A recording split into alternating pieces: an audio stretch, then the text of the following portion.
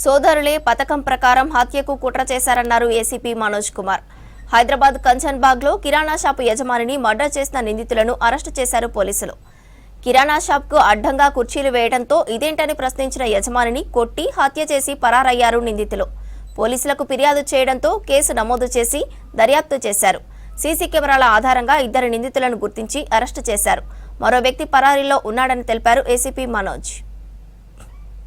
3/25 తారీఖున అబీస్ బాబా నగర్ లో C black నందు జకీర్ ఖాన్ అనే వ్యక్తి 52 ఇయర్స్ మర్డర్ జరిగినది. దాని ముఖ్యంగా ఇన్సిడెంట్ ఆయన యొక్క కిరాణా shop Al Arabia paan shop పక్క పక్కనే ఉంటాయి. వాళ్ళు ఈ ఆల్ అరేబియా ఈ పాన్ షాప్ వాళ్ళు ఆయన యొక్క ఫుట్పాత్ ని ఎంకరేజ్ చేయటం, టేబుల్స్ వేయటం, చైర్స్ వేయటం అది జరగడం జరిగినది. ఆయన రిపీటెడ్ గా చెప్పడం జరిగినది.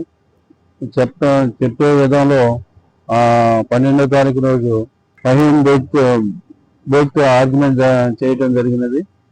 ఈ ఆర్గ్యుమెంట్ లో భాగంగా ఆయన చెంప మీద ఈయన కొట్టడం జరిగింది.